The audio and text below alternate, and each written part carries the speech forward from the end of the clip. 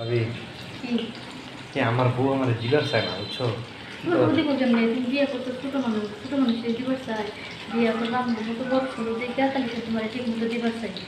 শোনো, মানে আমি যদি জানতাম কি জানো, কচি যারা মেয়ে অল্প বয়স তারা বলে দিবার পারে বেশি, এখন বিয়ে করে পুরো ঘটনা উল্টা বুঝছো?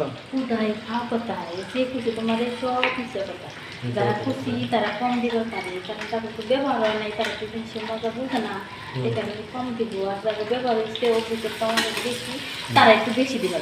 ও, তাহলে আমি কি ভুল করলাম ভাবি? বলি তো করছো, তোমার এইগুলো কেন শেখায় ভুলভাল?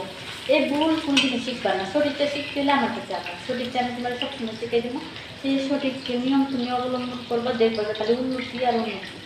তাহলে আমি তাহলে ভুল করলাম, বিয়ার আগে যদি তোমার সাথে আমি পরামর্শ করতাম না তাহলে তাহলে আমি আজকে তোমার আর এই করতে দিত না। এই গতি হইল না। কি করি ভাবি তাহলে কত? কি করবা, আমাদের তো এটা বড় হইতে থাক, বড় হচ্ছে। আর যতদিন তোমার ঠেকা থাকে, আমি তোমার ভাবি আমার একটা দায়িত্ব আছে, সেই ক্ষেত্রে আমি তোমার চালাই নিব। কা চালান যাবো, এখন কার কথা হলে কি তুমি যে আমার চালাইবা, ভাই যদি এটা টের পায় তাহলে কি? তোমার ভাই টের পাবো কে? তোমার বাইরে আমি কালকে ঢাকা পাঠাই দিব 3 মাসের লেগা, মানে 3 মাস তুমি চালাইও, তোমার অভিজ্ঞতাটা বাড়বো নি, ধৈর্য সহ্য বেশি হবো নি। আর এদিকে তোমার বড় জায়গাটা বড় হইব নি, প্রতিদিন একটু করে দিয়ে দিয়ে বড় বানাবা, পরে তোমার বড় জায়গাটা তুমি রেগুলার ব্যবহার করবা, তখন তোমার বাইরে আবার তুমি লাগা। ও, তাহলে ভাবি মেশিনটা কি আমি স্টার্ট দিব? দেও দেরি করো না, তোমার মেশিন হিসেবে পরিষ্কার দিবা তো তো ভালো। নিচের জায়গা কি পরিষ্কার আছে? পরিষ্কার মানে একদম ফোর করে দিচ্ছি, সেই সুন্দর পরিষ্কার। সুন্দর করে ধুয়ে মেশিন যাও, মুছানি নেই মানে, তাহলে কি সেই সাইজ সুন্দর করে ধুইছি, তুমি আর মুখ দিয়ে ফেলে চাকো। চাকমো?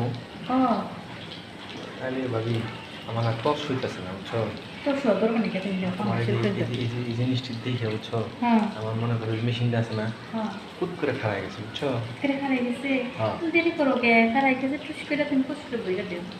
তোমার গাতায় বলবো, কাকে তুমি? তোমার গাতায় মনে করো একটা সাপ ঢুকলো, হ্যাঁ, হ্যাঁ আমার কিন্তু সাপের মতো লম্বা, তোমার অনুভূতি কেমন থাকবো? সে একটা অনুভূতি থাকবে। সেই অনুভূতি নেই।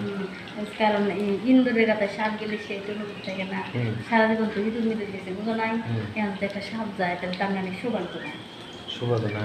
হুম তাহলে আমারটা কিন্তু ভাবি ডারাইস সাপ, ডারাইস। রানী সাপ। এই দেখো, তুমি দেখো, ও মাথা ফেনা তুলে দিচ্ছি। ফাইনাল রয়েছে মানে ফুক করে খালি খাবো, গাতা খাবো। পাইলে, হ্যাঁ একটু খাবো, সরিয়ে বলবো। হ্যাঁ গাতা পাইলে ফুক করে ঢুকে দেবো। নেও, হ্যাঁ। আমি কাতারে রেডি করে দিই, কাতার মুখটা পরিষ্কার করে দিই, একটু সরিয়ে কাপড় বাতাই। আচ্ছা, তাহলে একটু হা করো। এই যে কাতা হাত দিয়েছি।